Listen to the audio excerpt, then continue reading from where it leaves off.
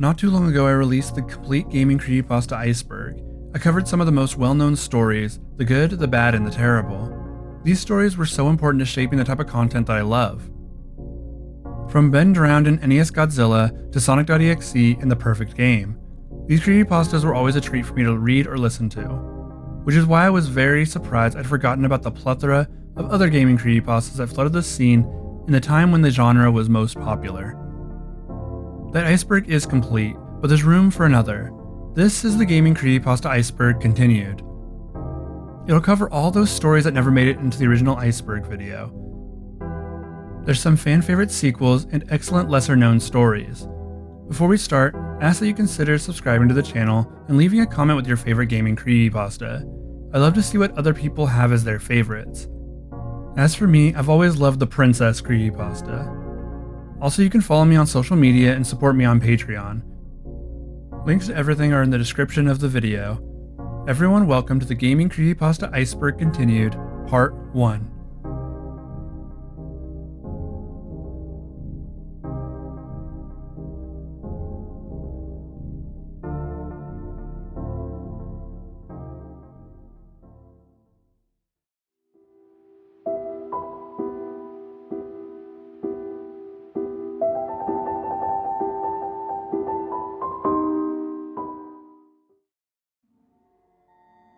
Sonic.exe got a follow-up called Sonic.exe Round 2.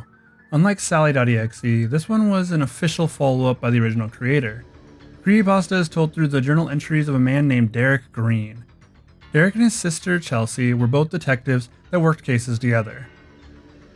The sibling duo got put on a strange case of people being found in their homes brain dead without an apparent cause. The only similarities between the victims were the numbers that appeared on their bodies and their computers being found destroyed near their bodies. The first major lead the duo found is that every computer had a copy of a file called Sonic.exe on them. The connections seemed very odd, and besides that, there were no connecting threads. Some of the bodies had more wounds than others, but the higher the number, the less wounds on the body. Like whatever was killing them was getting better and less messy. After a while with no leads, Chelsea started acting weird. The duo usually go to work together, but now she started arriving after him and leaving before him. When they were home, she was always cooped up in her room.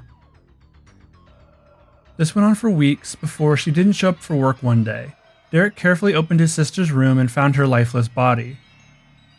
She appeared to have suffered the same fate as the victims from before, only they didn't leave her in a vegetative state and just murdered her.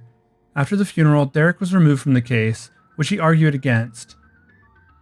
At the funeral, Derek was approached by a woman that claimed to be a member of a cult and stated that she was sorry for his loss. This confused Derek, but he didn't make any connections at the time. With more determination than ever to figure out what was going on, Derek decided to pursue leads online. This led him to find out about the cult that had been taking up prominence lately. The Cult of X, as they were called, seemed to be involved with the murders somehow. This was the same cult that the woman at the funeral had mentioned before being part of. Derek checked his sister's computer and found that it was still intact, unlike most of the other victims. He found notes and files all relating to Sonic.exe, which he also found on her computer. She had been terrified of the game, but didn't ever say why. Derek eventually started the game. The game started out how Sonic.exe does, with Sega 666 and the bloody-eyed Sonic in the background. This time the game had 3 new characters to pick from. These characters were Shadow, Sally, and Chelsea's favorite character, Rouge the Bat. Shadow was killed while in the fetal position after being chased by the demonic Sonic. Derek decided to stop playing the game after this. It was too gruesome and strange. He also vowed never to play as Rouge in honor of his sister. An informant named Cole messaged Derek through Skype. The two were discussing the cult's activities, and that's when Derek made the discovery that they were connected. The leader of the cult was in fact Sonic.exe, but they all referred to him as X for some reason. Derek would have several nightmares pertaining to the Sonic.exe game. He would hear the demonic voice telling him to play. It would taunt him night after night until he finally booted up the game. This time he played as Sally and found that she was also being chased by the evil Sonic. She wasn't able to escape, but really, who could outrun Sonic?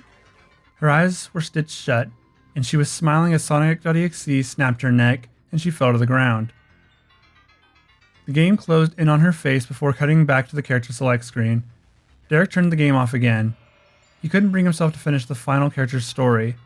After going through more of his sister's notes, he found that she mentions a plushie of Sonic.exe that she would see out of the corner of her eye. Derek continued talking to Cole until one day, the account he was talking to had changed. Instead of Cole, he was now talking to X.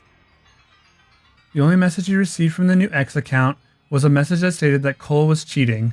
The account then went offline. The final set of victims that Derek was looking into were a pair of friends named Tom and Kyle. The two had shared the game before one of them was murdered and the other tried to take himself out.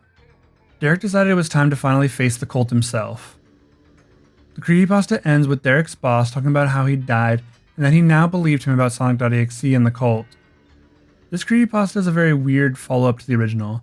Whereas the original felt like a true creepypasta regardless of how poorly it was written, this one felt more like someone thought that a more serious tone was what was needed. That's not right though.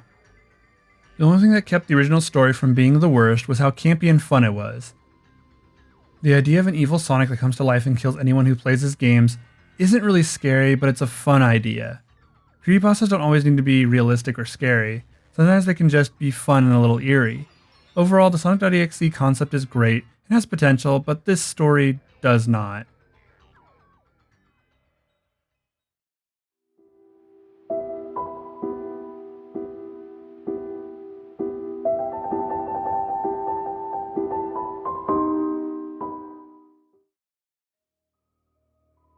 Hotel Mario the 13th Hotel starts with the author telling us that they are dumping the source files for a game called Hotel Mario. Hotel Mario was a Philips CDI game, and it's pretty infamous on the internet for being a bad game. The author wanted the files for later use, but noticed an odd section. There was a file for a level called the 13th Hotel. This level wasn't in the original game, and the number 13 seemed ominous. The author excitedly started the level, and the opening cutscene started. It was the original intro, but with Mario walking alone with creepy music playing in the background. Luigi was nowhere to be seen. The cutscene continued with Mario traveling from place to place and finding no one, just gruesome scenes. Blood was covering everything and the world seemed abandoned and broken. Peach appeared and then disappeared. In her place was a bloodstain on the pipe where she once stood. Mario eventually found Luigi, but he was dead, impaled on what looked like an iron stick through him. The cutscene ends with Mario staring at the screen with an eye dangling from its socket and a knife in his stomach. The game then shut itself down along with the emulator the author was playing it on. This is one of those creepypastas that I remember really well for some reason. Back in 2013 when this was released, it was considered one of the good creepypastas, mostly due to the video that was released with it. There's a YouTube video that shows everything that happens in the creepypasta. It's honestly not that badly edited, but it's very cliche. Hotel Mario the 13th Floor is not one of the best creepypastas, but I don't think it's that bad. Thanks mainly to how short it is and the accompanying video.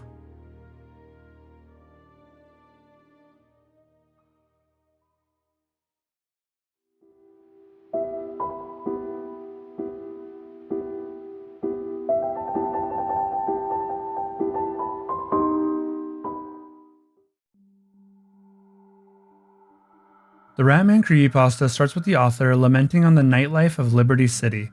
The city seems to come alive around this time, and under all of that life is an intricate set of tunnels known as the subway system. The author talks about how the tunnels had their own secrets. There was a legend of a man that lived in the tunnels.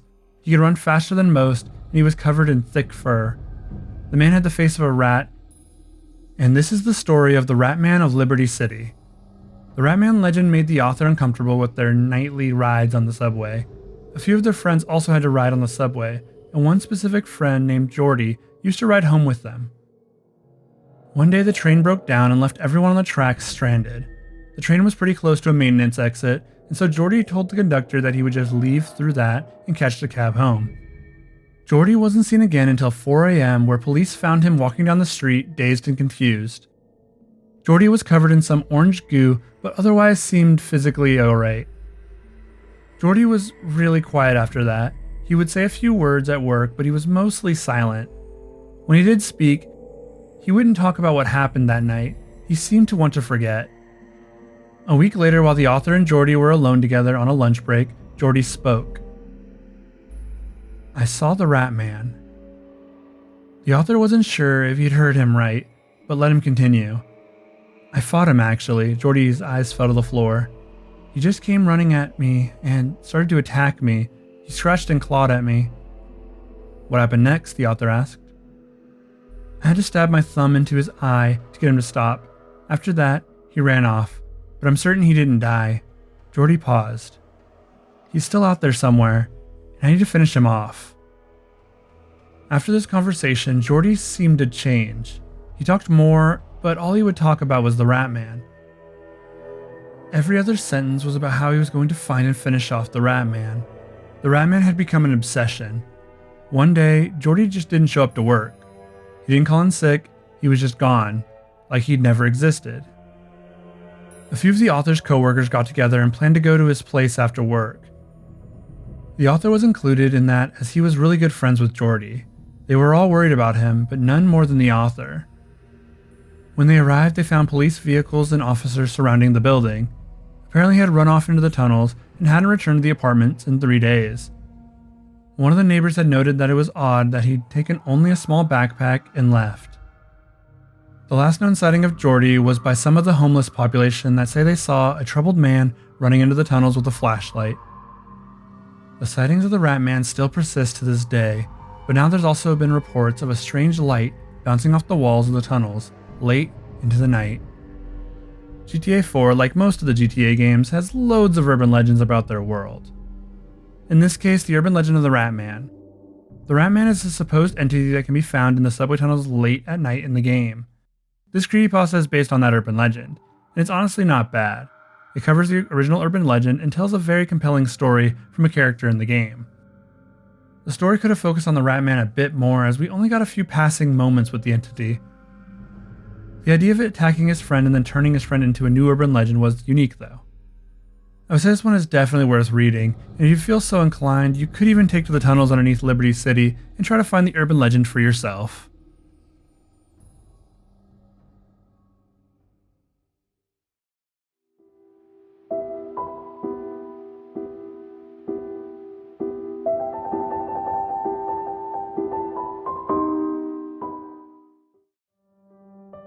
Max and Jimmy is a creepypasta about a boy named Max who finally gets to stay home by himself. Of course he was 13, so it was about time that his parents let him enjoy himself at home. He wasn't old enough to go to the camp that his brother Derek attends every summer, but he would be next year. His parents were going to a book club, but he had his suspicions that they were actually just going out drinking. Either way, it didn't matter to Max since he would be allowed to order a pizza and chill at home all by himself. After ordering the pizza, Max sat on the couch and started to channel flip. There wasn't really anything interesting to watch late at night, he noted, and decided to play his NES instead. Max and Derek's favorite game was Double Dragon, and it was still plugged into the system, so that's what he decided to play. Double Dragon is a beat-em-up game where you can play co-op with another player. Usually Max and Derek will play the game together. The game at first didn't start up properly. The title screen got all jumbled up. Max turned off the system and pulled out the game. He blew into the cartridge and placed it back in the system. It came up normally this time and he continued with the game. Max ran through the first level without even taking a hit, which was his personal best. He was moving through with almost no issues and then the doorbell rang. He took a few hits and paused the game. It was probably his pizza at the door. He got up to check and asked who it was at the door, but got no answer. A moment later, he opened the door slightly to see it was in fact his pizza. He paid the delivery driver and took his pizza inside. Max was a little upset that he took a few hits thanks to the doorbell, but went back to playing the game while eating his dinner. There was one more enemy on screen, but it turned out to not be an enemy. It was Jimmy, the character player 2 would play as. For some reason, Jimmy was in the game and he was controlling himself. Max thought that he might have triggered some sort of glitch or cheat, but wasn't about to reset the game. He was doing better than he'd ever done before. The Jimmy character was playing the game so well. He would come in and just destroy everyone, and it even gave Max enough time to eat his pizza while Jimmy cleared the screen of enemies. Eventually the game got to a part where the players can get sucked out of the helicopter if they stand still for too long. Max hated this part, but his brother had taught him a cheat. If you paused the game for 10 seconds while the helicopter door was open, it would close and you could continue the level without worry of being sucked out. Just as the level started, the game paused, but it wasn't Max who paused it. Could it have been Jimmy? He seemed to be really good at Double Dragon. Maybe this was how his brother had learned the cheat. The game unpaused itself after 10 seconds. The game continued to the very end, the part where usually Max and Derek would lose the game. The ending was very hard for the two, but Max was ready this time. The pair were doing so well, landing hits and dodging damage. It was the perfect boss fight. The final hit was landed by Max, and it was over. He had finally beaten Double Dragon. He jumped up with excitement. He couldn't wait to tell Derek and his parents. Max started to wash his dishes in the sink when he saw his parents were already home, which is odd since they usually stayed out pretty late on book club nights. It was even odder when they both walked in looking like they hadn't spent most of the night drinking. Max's parents walked over to him and started hugging him and comforting him. He was confused, not really sure what was going on. Finally, his dad spoke.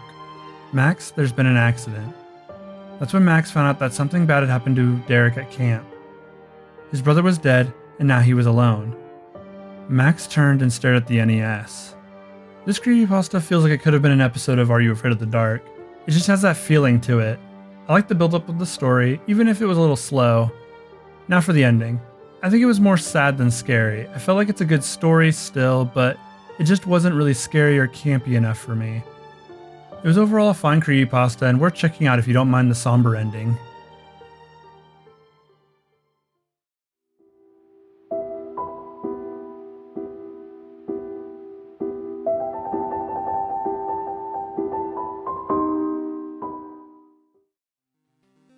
NES Godzilla was one of the best gaming creepypastas to emerge from the community. Its popularity can even be felt to this day. It was so good that it really deserved a true follow-up. NES Godzilla Replay is that sequel, and this time it focuses on a man named Carl. Carl found Zachary's NES Godzilla game on eBay and bought it up immediately. He didn't believe what he said about it online, but thought it could still be interesting. Carl talked with Zachary a bit about the game and didn't really believe any of it. He played along anyway, as Zachary seemed like a nice person. Carl decided to play an emulator of the game as he'd never actually played NES Godzilla before and wanted to be able to notice any changes to the game. Carl wasn't even really that big of a fan of Godzilla overall. This is the biggest juxtaposition in the two stories. Zachary was a huge Godzilla fan, knowing just about everything there is to know about the series and the game, while Carl only knows the basics about the Godzilla franchise and has never actually touched the game.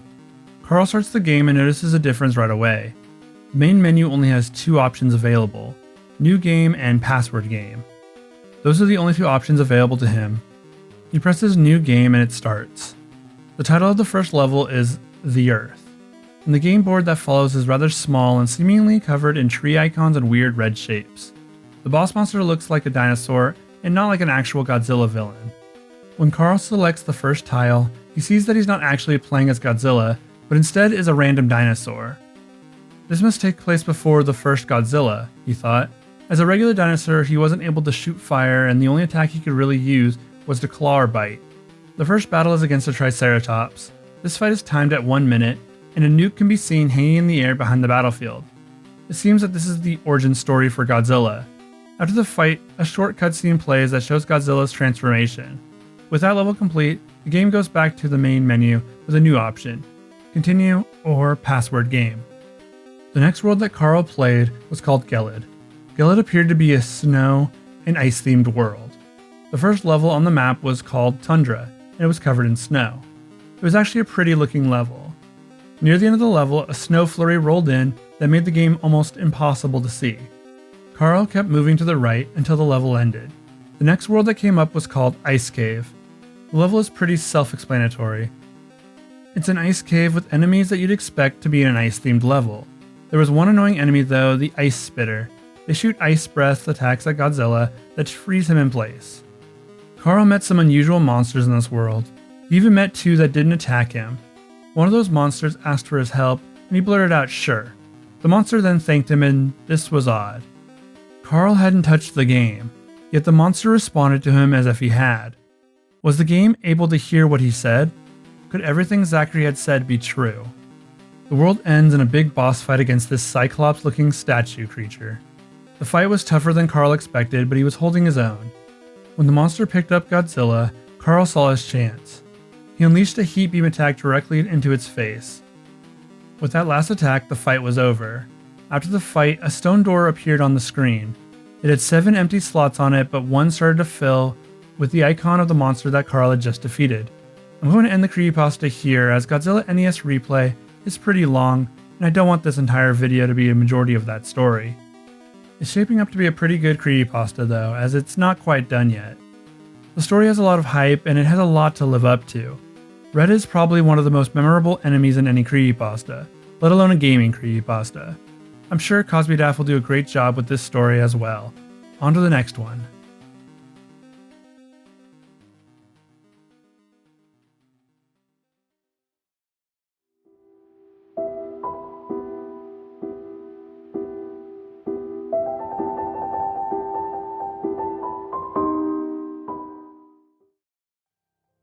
The Fallout 2 secret ending creepypasta refers to a secret ending that can be found in a not updated version of Fallout 2. There's an area in the game called Toxic Caves, but it's clearly just an old vault with only 3 levels. If the player were to kill their character in the elevator using heart pills, they would awaken an entirely new area. Before the character wakes up, Brownian noise can be heard coming from the game. Once the player character finally stands up, the usual music will start to play, only with the Brownian noise still in the background. This will lead to weird sound glitches, as the original Fallout engine likely couldn't handle 2 different musics playing at once. The new level has a bunch of locked doors, but it is advised that you do not try to lockpick these doors. If you continue exploring this level, you'll eventually run into a bunch of NPCs standing around. They appear to be only the NPCs that died in the story. That means that if you played as a murderer and killed as many NPCs as you could, this area was filled with those NPCs. If you killed very few, then there would be far less of them. You can't interact with them in any way. You can't talk to them, pickpocket them, or harm them. While you're exploring, the Brownian music will be rising slowly. This will be persistent, but it won't be noticeable at first. It will eventually start to surpass the in-game music though. This area appears to represent Purgatory. Here the player can see all of the good or harm that they've done to the world through their actions. Good people and villains will line the walls of the deceased and reflect the player's choices. There's a final door that the player can walk towards, and in front of it is a player character model. This player's character seems to represent the player character from the first Fallout game. If you go around the player character and enter the door, the end credits will show up with pictures of real world tragedies in the background. The game will then shut itself off, the usual. If the player instead talks to the player character, they'll be told that the player character is the player's ancestor and they are disappointed with how they turned out. Another thing of note is that the player character looks just like the character that you chose in the first Fallout. The player character will turn its back on you and your character will fall to the ground in a pile of bones. This is the only time this death animation has ever been used according to the author. The author notes that there's a third option. The doors that they warned not to try and lockpick can be blown open with explosives. Well, only a certain one can be. If you don't choose the right one, then your game will crash. If you choose the right one, inside you'll find a 10mm pistol with no ammo. The only thing you can load the gun with is the Easter egg found in the basement of New Reno Arms. Take the gun and fire it into the head of the Fallout 1 player character, and you'll get a new weird video. The video is of a man playing what looks like an early version of a Fallout game. It's hard to tell which one, but it looks similar to Fallout Tactics. The game will then close itself and the computer will freeze up. The only way to use the computer again is to restart it. It's also highly recommended that you turn off any TVs in your house after doing this secret ending. You'll start to notice the same Brownian noise from the game will play out of the speakers of your TV, only it will keep getting louder. The author notes that they've been hearing the noise for a while, and it just keeps getting louder.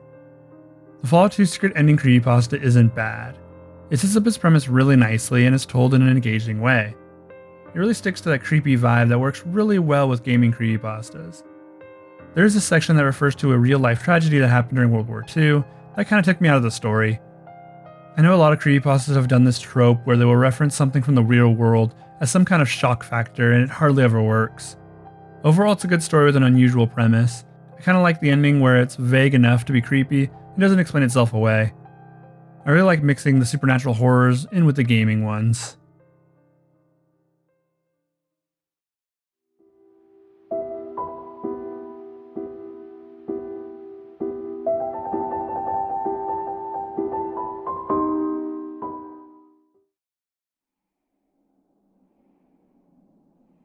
Earthbound Crypt of the Ancients is a creepypasta about a teen named Nick's experience with Earthbound.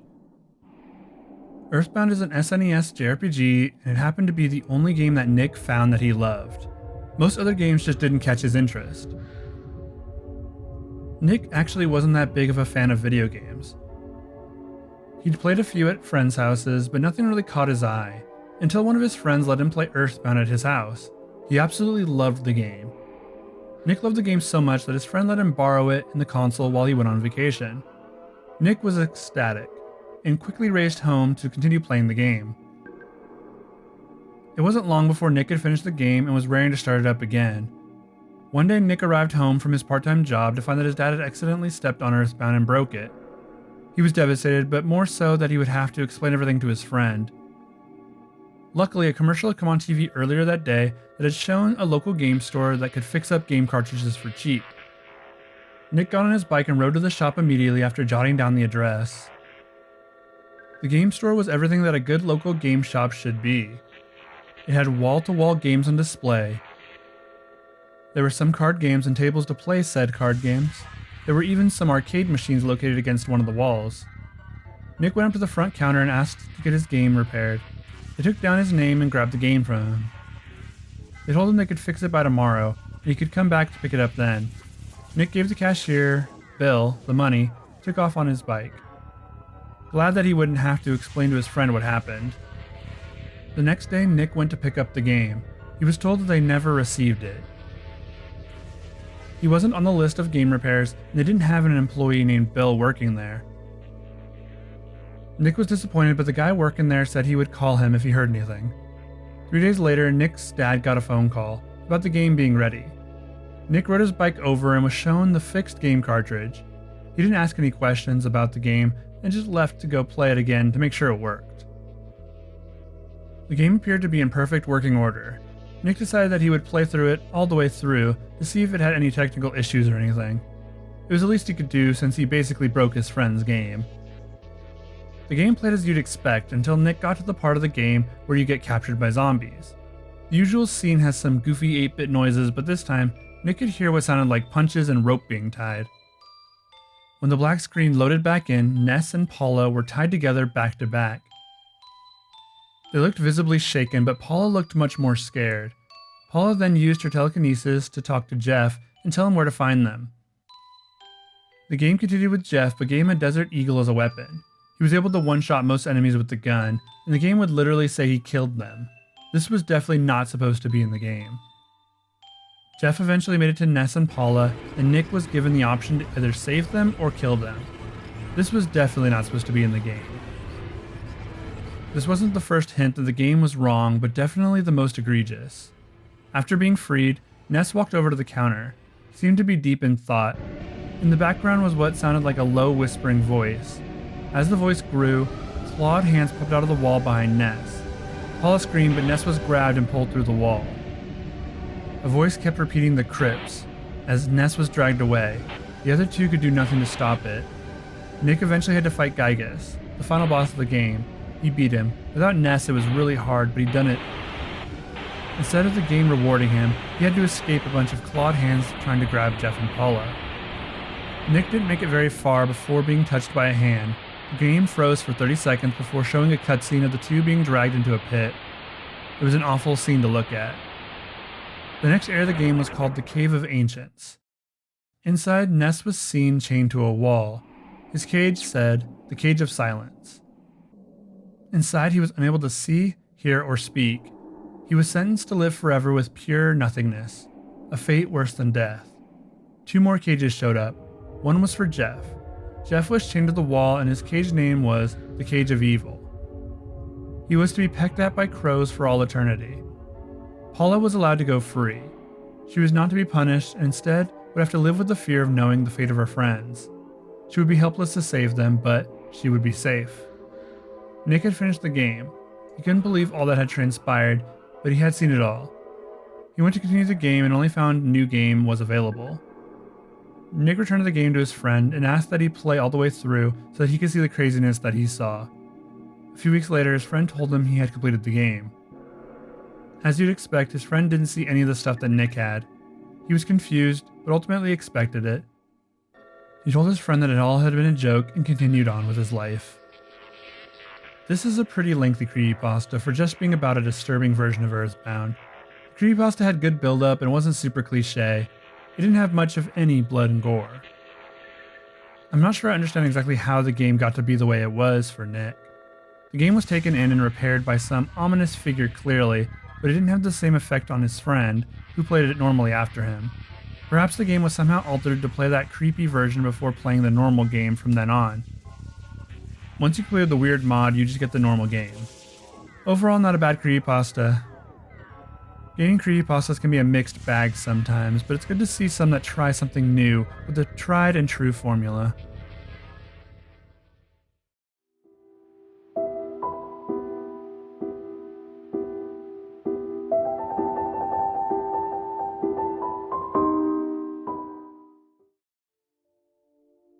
Nostalgia Trip is a creepypasta that wasn't on my radar for a long time.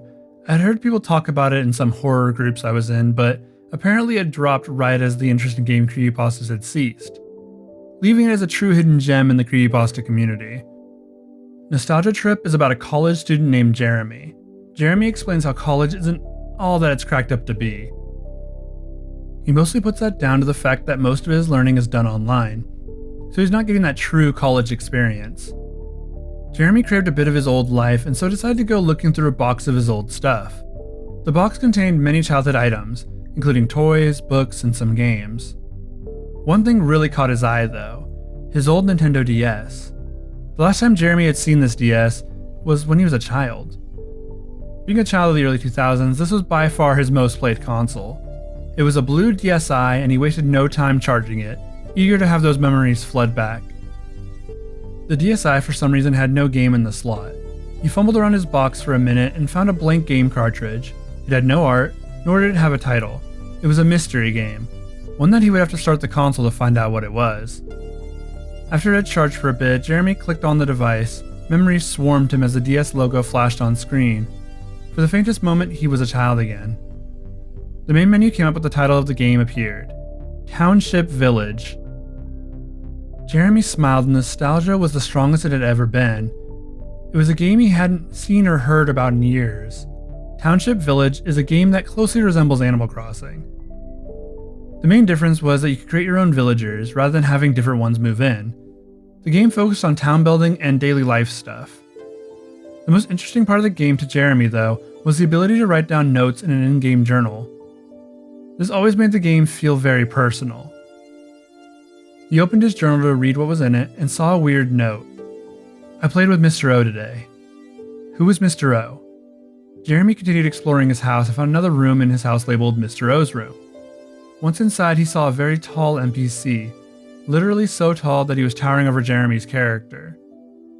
The man stood smiling, but whenever Jeremy tried talking to him, nothing happened. This was the oddest thing. He clearly seemed important, but not important enough for dialogue? Jeremy entered a door on the opposite wall and found himself in a bathroom. There was a tall figure standing in the bathtub, and wouldn't you know it, it's another Mr. O. This one talked, but all he said was, "Don't forget to wash your back." The presence of the character was odd. He didn't seem to do anything, and he didn't look like someone that Jeremy would create. When he went to the NPC creation menu, he saw that he'd only created Mr. O. The outside world was more of the same. It had no NPCs, just Mr. O and Jeremy. Not a single soul was in sight. This was so odd. Why would he just create one NPC to inhabit his world? The weirdest part, though, was a note that Jeremy found in one of his houses. It read, "Remember, Jeremy, it's just me and you here. Love, Mr. O." Jeremy found some old drawings in the box that depicted himself standing near a very tall, unnamed figure. This appeared to be Mr. O again. And somehow this made even less sense to him. He seemed to not be able to remember this person that was very important for some reason for a part of his life. Jeremy decided to ask his mom who Mr. O was. She looked taken aback for a moment before staring at the ceiling. She told him that he was an imaginary friend of his. That seemed odd, but he did have no memory of Mr. O, so that could be the case. Jeremy finds out through some digging that Township Village is a game that no one else seems to remember. Forum after forum turned up not a single soul that knew about the game. It didn't appear to exist, but for some reason it was right there in Jeremy's DSI. How could a game that doesn't exist be in his possession? Was it a very rare piece of gaming history? One that only he could play? The more digging he did, the more questions he had. Not a single answer was gleaned from his searching. It seemed like he would never get answers to where this game came from and how he got it. Exploring the game more, Jeremy was met with the weirdest interactions with Mr. O. Every time he would talk to him now, Mr. O would just tell him that he loved him. It was on repeat, every single time he would see Mr. O. This was starting to worry him. Jeremy had no memory of this strange tall man that said he loved him. He didn't like not knowing anything about this being. That night he had a nightmare of Mr. O gripping Jeremy and trying to devour him. All the while he repeated that phrase of loving Jeremy. He awoke in a sweat and on the verge of tears. How could this be getting to him so bad? This creepypasta is quite long, and as much as I would love to talk more about it, I think I'd rather like to make it its own video. Mr. O is quite a domineering character, and that's for good reason. If you're interested in Nostalgia Trip getting its own video, let me know in the comments section. I think this would have easily gone down as a classic creepypasta if it had been released alongside the greats. It's a really well written, and the premise is very intriguing. I suggest that everyone reads it. It reads like a classic creepypasta in all the right ways.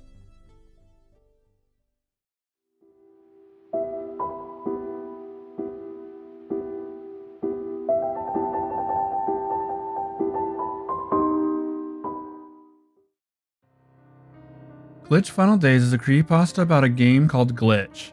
Glitch was a browser-based MMO created by a company named TinySpec. The game was popular, but not popular enough to stay online, and in 2012 the game would shut down all of its servers. This is where the creepypasta begins. The author is reminiscing on the final hours of the game being online. She was distraught when the announcement for the game's shutdown was posted. The author hadn't been playing the game for very long, but had already grown attached to it. She explained that the reasoning for the shutdown seemed vague. The reason being lack of interest in the game. The author explains how they know why the servers actually shut down.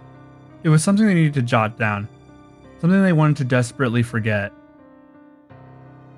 Glitch just so happened to feel very, as they put it, beta, like the game wasn't quite complete. There were strange and odd glitches all over the place that made the game feel like it was still in the beta phase. There was, for instance, a very strange level. This level was called Soulless. It was as it was named. The level was empty, devoid of life and things to do. Nothing could be harvested or collected in this level. The author had never actually been to the world herself, and only had other players' accounts to go off of. She had to collect screenshots and evidence of the world even existing. The accounts of the level were all a little varied, but most included seeing a single gravestone in the world. This gravestone could be found in different spots on the map, but almost every player had found it in a different position.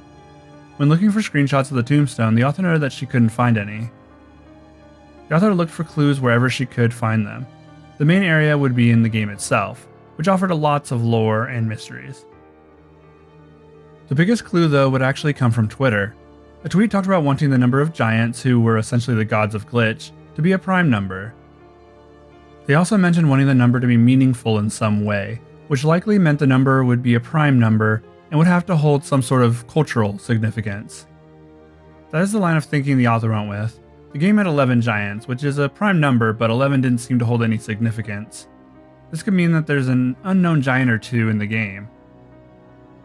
Later in the investigation, the author found a new shrine that she'd somehow missed. Shrines were places where you could leave offerings to the giants to earn favor. This shrine looked dull in comparison to the others, like it really lacked polish. The author during this recounting also started to drink. Her retelling seems to shift here with more and more grammatical errors. There's also a deviation in writing style. Every time the author would give an offering to the giants, they seemed to only barely give anything in return.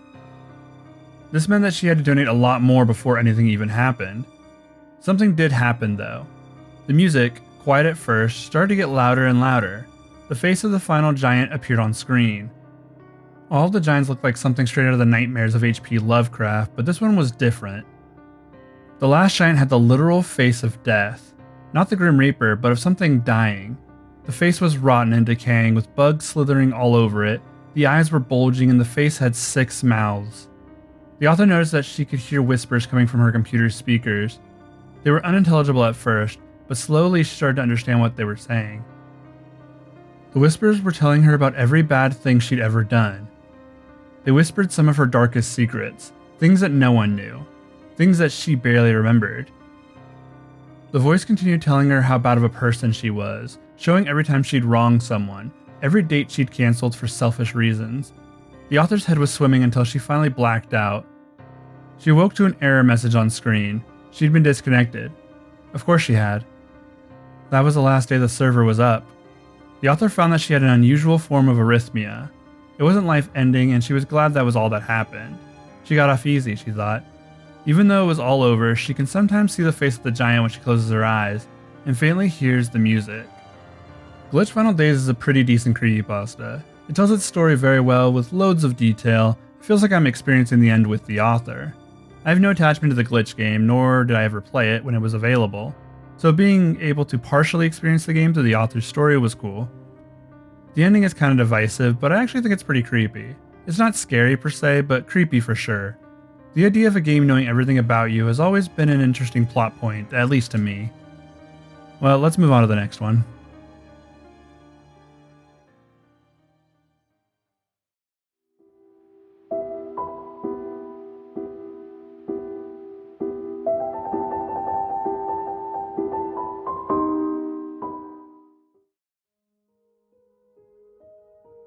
A Link to Your Past is a creepypasta about a 14-year-old named Alexander.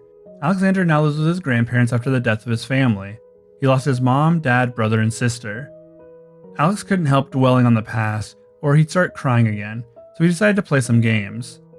Alex loved playing game hacks, especially for the Legend of Zelda games. He went to his favorite website for downloading ROM hacks and began searching. Alex saw a hack called A Link to Your Past. It was a Link to the Past hack, perfect for him. It was even created by one of his favorite ROM hackers on the site. He'd played most of his hacks already and was a huge fan. Alex decided he would look into the game description to see what it was about. There was a section that said, dedicated to Alexander. That caught him off guard. They must have meant another Alexander. It's a somewhat common name. Alex continued with the download. The game ran pretty normally, as in like the actual unmodded game. Everything played out the way the actual game did, and this upset Alex. He was expecting a new storyline and the same level of quality that he got with the creator's other ROM hacks. The only real difference was that the NPCs all referred to him as Alexander, for some reason. After completing the third boss, Alex noticed some weird Hylian symbols on a wall. He used an in-game item to translate what they said. A seemingly indestructible obstruction along the way can easily be removed by making good use of the combination between speed and power. Alex didn't know what this meant, but kept it in the back of his mind. On his way to the Palace of Darkness, Alex noticed a rock that was blocking a side path. He tried to pick it up, but found that it just wouldn't budge. He tried running into it with the Pegasus boots and even fired a few arrows at it, but got nothing. That's when Alex remembered the strange text on the wall. He tried to use the boots, then the mitts, but it didn't move. He did the reverse, and still nothing happened. Finally, he ran at the rock and just before hitting it, used the mitts, and that surprisingly worked. The new path took him to a large open field surrounded by trees. In the center of the field stood a girl with long blonde hair. Before Alex could start to approach her, Link had already started running in her direction. Link withdrew his sword and continued towards her. Right as he was about to slash at her, the screen cut to black. A loud scream rang out and then silence. Link then would go on to do the same to a boy in an open field, the same slash and cut to black. He would even poison a character's chocolate milk. It appeared Link was killing those people for some reason, but the bigger mystery is why the characters look so familiar to Alex. Finally, Alex entered the chamber of the final boss, and saw a character that looked just like his mother standing there. He tried to talk to her, but all she said was that he was scaring her. Alex knew that he had to kill his own mother here. That realization haunted him, but he did so driven by curiosity. A cutscene played out where he killed her with his sword. It was more visual and graphic than the others. After the game had ended, Alex went back to where he got the game to check the game's description. He messaged the ROM hack creator with one word, "Why?" He quickly got a response that read, "A link to your past," with a name attached, Matthias Smith. The name of his dead brother. Let's unpack this one real quick. The story is fun and reminds me a lot of the early gaming creepypastas with a few less cliches. The idea of the author's dead brother creating a game to have him kill his own dead family was a little hard to follow. Here's my takeaway. Alex killed his family. I'm not sure how, but he did. The spirit of his dead brother then made this game that would have him killing his family again, maybe to relive his sins or maybe because he didn't know. Maybe Alex killed them by accident.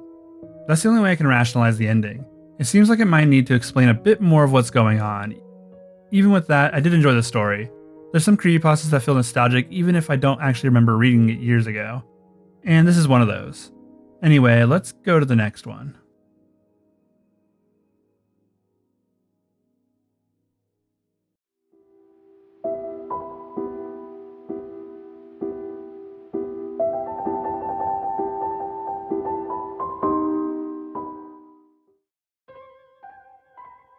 Zombryon 2 Spectrion is a sequel to Zombryon. In Zombryon, Eevee evolved into a zombie-type Pokemon. In the sequel, Eevee would evolve into a ghost-type Pokemon. The story starts with a creepypasta fan saying how she loved the first Zombryon story and decided to try it for herself. She was surprised when it actually worked and she was able to get a Zombryon. The author decided that she would have to try and get the Ghost evolution. This required a copy of the beta of Pokemon Gold. After getting the beta, she got the special evolution item, which is called Poke Euthanasia. This was already incredibly dark, as euthanizing was usually what you did to old or sick animals, usually pets. This item wouldn't work on Eevee at all, which led the authors to traveling to Lavender Town. Once inside Lavender Town, the author continued to the Pokemon Graveyard. Blue, the rival of Red in the previous Pokemon games, walked up and greeted the author. He would then go on to explain that the Poke Euthanasia was meant for Pokemon who couldn't be saved, like his Raticate. The author tried in vain to get his Eevee to faint due to a critical hit, like Blue had said, but found she couldn't. Fed up and frustrated, she yelled at her PC while trying to use it on Eevee anyway. A text box appeared and asked if the author truly meant to use this item on her still living Eevee. She clicked yes and the character sprayed their Eevee. Eevee immediately fell to 0 HP and then died. The dead Eevee sat in the player's party but couldn't do anything. After a while of trying to figure out how it would become a Spectrion, the author decided to go back to Lavender Town to put her Pokemon to rest. The author laid her Pokemon to rest in the tower, and as she was leaving saw a sprite fly over to them. Spectrion has joined your party, a message said on screen. So it did work. The author then got into a battle with Blue, who also caught a ghost Pokemon. During the battle, Spectrion refused to fight for the author and instead let her get hit by the Shadow Ball attack twice and die. The game then picked up with the author now playing as Spectrion. Spectrion had killed off the player's remaining Pokemon and turned them all into ghosts. Spectrion would also challenge any trainers it saw and kill them afterwards. This leads to Spectrion deciding that humans don't deserve life and trying to wipe them all out. No Pokemon or trainer could stand against Spectrion. It had become a vengeful god and no one could stop it. Spectrion then began to turn the world into nothing but ghosts. The creepypasta ends with the author saying how they're going to try and do this again, but in Crystal version. This creepypasta isn't one that I actually like too much. It follows pretty closely to the original, but then balloons into something a little too over the top. The world is consumed by a Spectrion, a ghost Eevee. That's kind of interesting for a plot, but then everyone just bows to this monster and it just doesn't feel scary or creepy. It feels like a middle story before a finale, which might have been the intention. To my knowledge though, there isn't a Zombryon 3, so it ends up feeling like it needs a little more. This creepypasta might interest some, but for most people it won't be anything special. On to the next one.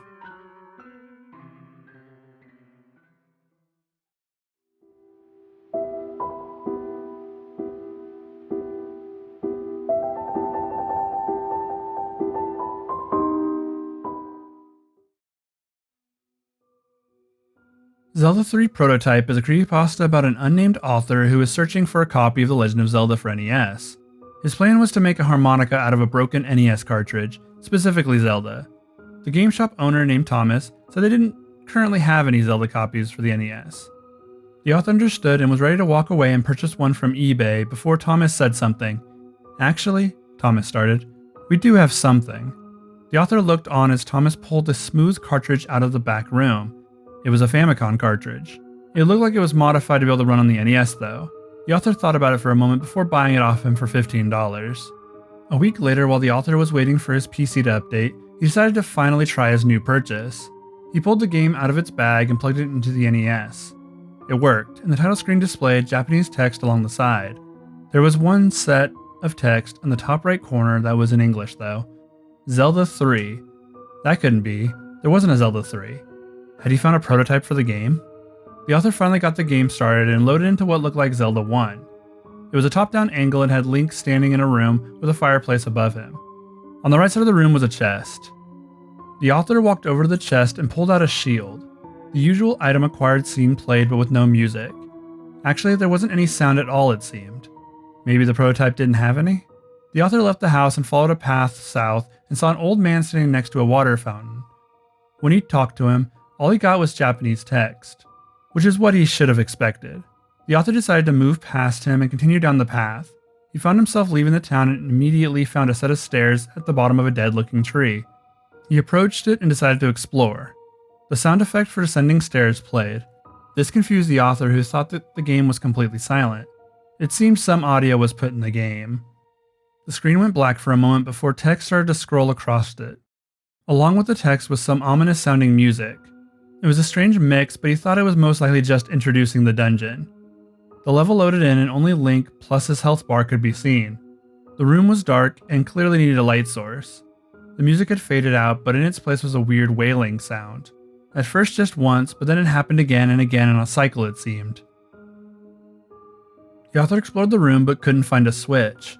Every time he'd run into a wall, another wailing sound would play, outside of the cycle. This was creeping him out, as it was the only audio playing. Eventually the author got to a part of the dark room where he couldn't move any further. That's when a white hand popped out and grabbed Link.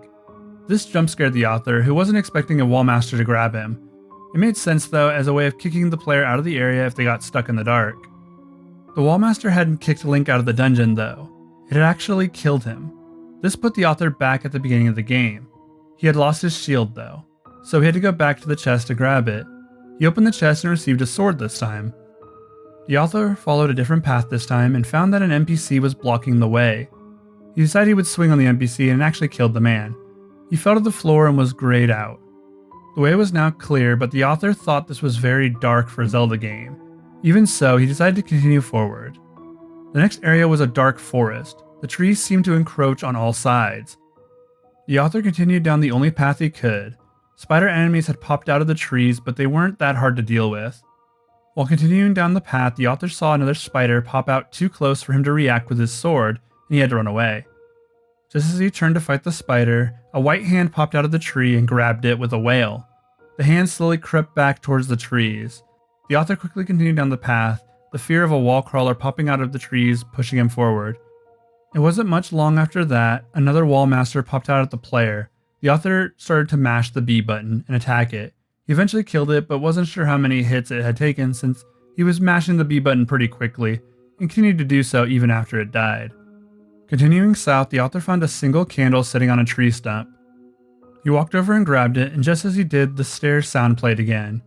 Link was teleported back to the start of the forest. The NPC's body from before was now missing, which bothered the author, but he kept moving forward. The old man NPC was also now gone.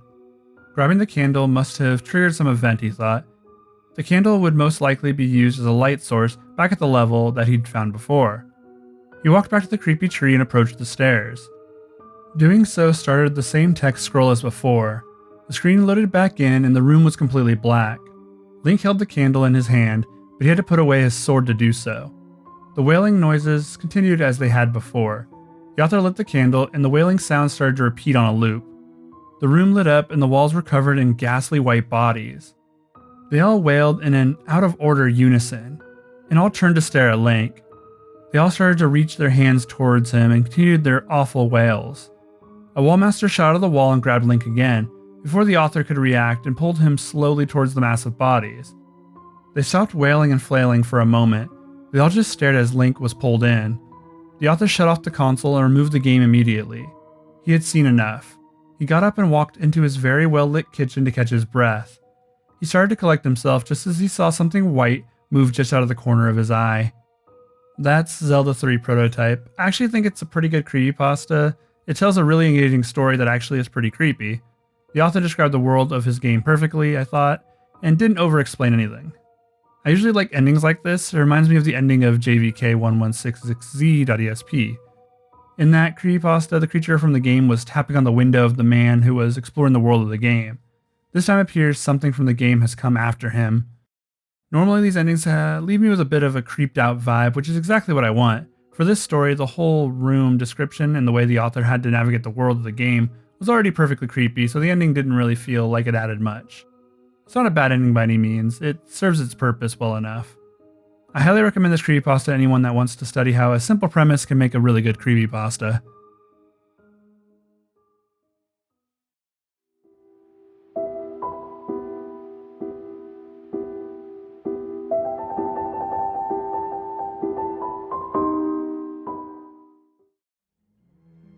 Terror Lane Released is a very Pokepasta creepypasta. The main character is a boy named Ben that is neglected by his family, his mom, dad, and older brother. Ben really liked Pokemon, but felt awkward going back to the first game since he read too many Pokemon creepypastas. People talked about their disturbing experiences revisiting the games after so many years. Of course, those were just stories, so he should be fine. Ben started up Pokemon Red, his favorite of the series, and decided to start a new game. He named himself Red and his rival Blue. The first weird thing that happened was when he tried to enter the tall grass. When he did so, the game flashed for a moment before freezing. The game might have some issues from its age. He took it out and examined the cartridge, before inserting it and starting it up. Since it didn't save, he would have to start a new game. He decided to change the names of the characters and start his adventure. Ben made it most of the way through the game before it flashed again. This time it flashed repeatedly before the screen stayed white. Another strange glitch, he thought, as he turned off the console. He had to go downstairs for dinner anyway. Ben and his family were eating dinner when his dad said he had to go into work. Just as soon as he left, his mom took off to go clubbing. This left just Ben and his brother. The brother also decided he would go partying with some friends, leaving Ben all alone at home. Ben was kind of used to this. His family never really paid much attention to him. His dad was kind of a workaholic and his mom seemed to be stuck in her younger days, often drinking and not attending to her 2 children. His older brother was constantly leaving his brother alone, when it was just the 2 of them. Ben was a pretty lonely kid, but he could at least play Red until someone came home. Ben started up the game again and noticed something odd was happening. His game file was gone and he needed to start over again. This is most likely due to the internal battery having an issue. But he didn't know that. The game started immediately, but it was different this time. He didn't get the chance to name his rival, which was odd. The name Blue was automatically selected. This was too strange, but maybe it somehow carried it over from his previous game. Ben then entered the tall grass like he was supposed to, and immediately got into a battle with Blue, his rival. Ben sent out a Charmander named Maria, which he didn't remember picking or naming. The battle continued with Blue talking instead of sending out his own Pokemon. Maria was killed in one attack, and the next Pokemon was sent out. It was a Squirtle named Seth, his father. The same thing happened and his final Pokemon was sent out, a Pidgey with his brother's name, which met the same fate. Ben was then attacked directly by Blue and the game froze. Ben shut off the console and decided that he was done with it. He tossed it out the window just as a truck drove by. The truck crushed the console and the game under its wheels without even stopping. The next morning, Ben woke to find his home was completely empty. No one had come home. It was like they had never existed. After walking outside to see if either cars had returned, Ben was approached by a neighbor. The neighbor informed Ben that she was sorry for his loss and hugged him. His parents and brother had all met freak accidents the night prior. It was such a shock to him that he just froze up. As he turned to walk back towards his house, he saw 3 gravestones on his lawn. He didn't need to do much detective work to know what was going on. The soft music of Pallet Town echoed in his ears along with taunting words from Blue. Terror Lane Released is a very poorly written creepypasta. It's probably one of the ones that eventually killed off the interest in gaming creepypasta altogether. This story does the cardinal sin of mentioning that the author loves creepypastas, which destroys immersion.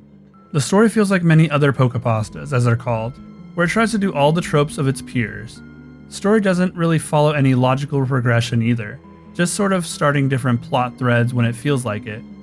All that said, I actually like it. I like it for the wrong reasons though. I like it because the author is clearly a fan of the genre and just wants to share their story with the community, even if it needs to be checked for grammatical errors and probably needs to be thought of some more. It shows an interest in the genre. I wouldn't say this one's worth reading unless you're like me and love reading all of the gaming creepypastas you can get your hands on. These are some of the most entertaining stories in the creepypasta genre. I will say though, this one wasn't creepy in the least. And with that, let's move on.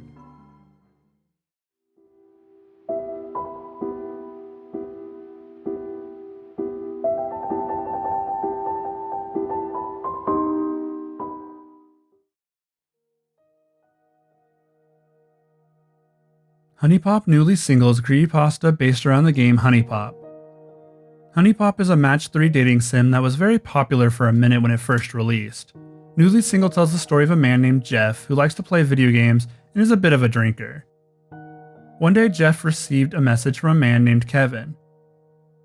Kevin was a friend of his and also a friend of his late wife. The message contained some cracked games that he could play. The games included Counter-Strike, Dead Island, Goat Simulator, and finally a game called HuniePop. The others he'd heard of before, but not HuniePop. Jeff thought this was an odd but kind gesture. Kevin had been a good friend to his wife, and the last time they spoke was at the funeral. They had exchanged condolences, but not much more than that. This creepypasta is actually told in 2 parts. One through an email from Kevin, where he explains exactly what happened to the wife, and one of Jeff explaining the mechanics of HuniePop. Kevin explains that he had been seeing his wife behind Jeff's back, not like he could notice when he was drunk most of the time. He probably hadn't even noticed how much he wasn't doing for his late wife. Jeff, on the other hand, was talking about how the game worked. HuniePop had a system where you could flirt with the girls and take them on dates. The dates would be played as a match 3 game. The game was pretty much what you'd expect. You could take the girls to different date locations and try to woo them. Once you had gotten close enough to them, you could sleep with the girls. Continuing the email from Kevin, he goes on to explain that the initial readings between him and Jeff's late wife had started out as an affair, but had turned into a full-blown romance. She was even planning to leave him when she got the chance. Kevin talked about how Erin, the name of the late wife, was guilty about it all, but still saw something in Jeff. Kevin wanted nothing more than to make her happy, and yet she stuck around with Jeff. Jeff continued on with the game. He had actually become slightly addicted. He even took a sick day off work so he could play it some more. It felt like it was helping his grief in a way. At one point in the game, a new girl had appeared, one without a name. She was grayed out, but she was there. He couldn't figure out how to unlock her, and the game didn't seem to give any hints. Kevin's email started to shift a bit. He talked about the car accident, the one that took Erin's life. Jeff had been driving that night, drunk, and had run them off the road. Jeff was unconscious but alive, but his wife wasn't so lucky. Erin had been pinned and needed help. She tried to wake her husband, but it was no use. He was out cold thanks in part to the accident and the booze. She had to live out the rest of her life in that car next to the man she didn't love anymore, and live with the consequences of his actions. Jeff finally unlocked the new girl. She happened to look just like his late wife Erin. Same hair color and body shape. It took him a moment to realize that it was her. As he started the conversation with her, her name appeared and he was right. Jeff didn't understand what was happening, but continued with the game anyway. He took his wife on dates and tried to talk to her. She just looked upset the whole time. She took the gifts and even went on a night date with him. It was time for Jeff to take her home. Jeff started the game but didn't even have to play. Every shape was already matched and the game slowly started to play itself. With each second, his wife looked more and more distraught. The scene changed to his wife looking pale and afraid. As the game continued, his wife eventually started to look bruised, and a thin trickle of blood streamed down her face. Jeff was horrified but kept looking. The end of Kevin's message said that he was a decent artist and his little cousin knew a little thing or two about game modding. He wished him a happy rest of his life and that everything would be clear by the end of this message. Jeff couldn't stop playing the game. Eventually the level was complete and the screen faded to black. This image flashed on screen and Jeff started to vomit at his computer desk. The image was Erin moments after the car crash. This creepypasta is kind of a surprise. It's not about a haunted game in any way and is more just looking into the tragic events that connect our 2 narrators. The story is more sad than scary and it makes me not really like either character. Jeff is an alcoholic who doesn't see that he has a problem. Even though his drinking led to the death of his wife, he doesn't care and continues on. Kevin, on the other hand, made a game to teach Jeff a lesson. It more so comes off as being malicious, but Jeff definitely needs a wake-up call. The creepypasta overall is pretty good. It's written well, the art that was included was good, and it told a complete story. I would recommend this one to anyone who hasn't read it in full yet.